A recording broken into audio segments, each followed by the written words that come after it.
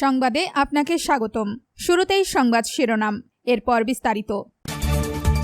কুয়েতে মার্কিন ঘাঁটিতে ইরানের ড্রোন হামলা। ইউক্রেনের ড্রোন হামলায় রাশিয়ার জ্বালানি স্থাপনায় ভয়াবহ আগুন। মরক্কো সীমান্তে অভিবাসী নিহতের সংখ্যা বেড়ে 18। পাকিস্তানে কয়লা খনিতে বিস্ফোরণে নিহত 34।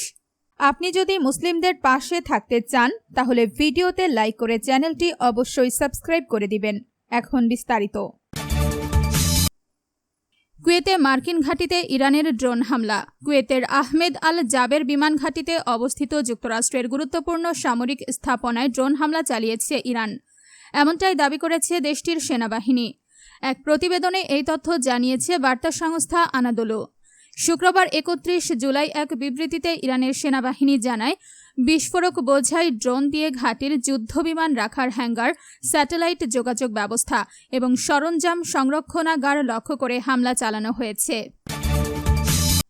ইউক্রেনের ড্রোন হামলায় রাশিয়ার জ্বালানি স্থাপনায় ভয়াবহ আগুন। রাশিয়ার ভলগোগ্রাদ অঞ্চলে ড্রোন হামলায় একটি জ্বালানি স্থাপনা ও কয়েকটি গুদামে আগুন ধরে যায়। এতে অন্তত 5 জন আহত হয়েছেন বলে জানিয়েছেন ওই অঞ্চলের গভর্নর আন্দ্রেই বোচারভ। তবে আক্রান্ত স্থাপনাগুলোর বিষয়ে বিস্তারিত কিছুই জানাননি তিনি। শুক্রবার 31 জুলাই এই ড্রোন হামলা চালায় ইউক্রেন। জানা গেছে এই অঞ্চলে জ্বালানি কোম্পানি লুক অয়েলের মালিকানাধীন একটি তেল শোধনাগার রয়েছে। টেলিগ্রামে দেওয়া এক বার্তায় বোচারভ আরও জানান, হামলার পর আহত 5 জন চিকিৎসকদের শরণাপন্ন হয়েছেন। শীর্ষস্থানীয় অনলাইন খুচরা বিক্রেতা প্রতিষ্ঠান ওয়াইল্ড পেরিচ টেলিগ্রামে দেওয়া এক বিবৃতিতে জানিয়েছে, হামলার জেরে ভলগোগ্রাদ শহরে তাদের একটি লজিস্টিক হাবে আগুন ধরে যায়। তবে এতে কেউ হতাহত হননি। মরক্কো সীমান্তে অভিবাসী নিহতের সংখ্যা বেড়ে 18। বৃহস্পতিবার উত্তর আফ্রিকায় স্পেনের ছিটমহল সেউতায় মরক্কো থেকে জল ও স্থলপথে প্রবেশের চেষ্টার সময় মারা যাওয়া অভিবাসীর সংখ্যা বেড়ে 18তে দাঁড়িয়েছে। শুক্রবার 31 জুলাই স্পেনের স্বরাষ্ট্র মন্ত্রণালয়ের একজন মুখপাত্র এই তথ্য জানিয়েছেন। স্পেনের রাষ্ট্রীয় টেলিভিশন টিভি জানিয়েছে, বৃহস্পতিবার 2 থেকে 3 হাজার মানুষ সেউতায় প্রবেশ করেছেন।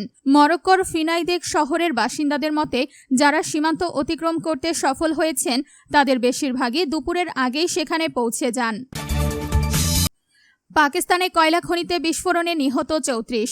পাকিস্তানের বেলুচিস্তান প্রদেশের কোয়েটার সোরাঙ্গে এলাকার কয়লা খনিতে ভয়াবহ বিস্ফোরণে কমপক্ষে 34 জন শ্রমিক নিহত হয়েছে। ধসে পড়া খনির ভেতরে এখনও আটকে পড়াদের উদ্ধারের সময়ের সঙ্গে পাল্লা দিয়ে কাজ করছেন উদ্ধারকর্মীরা। প্রাদেশিক দুর্যোগ ব্যবস্থাপনা কর্তৃপক্ষ PTMA জানিয়েছে, উদ্ধারকারীরা ধসে পড়া খনি থেকে আরও 8টি মরদেহ উদ্ধার করেছেন। এখনও কয়েকজন শ্রমিক খনির ভেতরে আটকে থাকতে পারেন বলে আশঙ্কা করা হচ্ছে।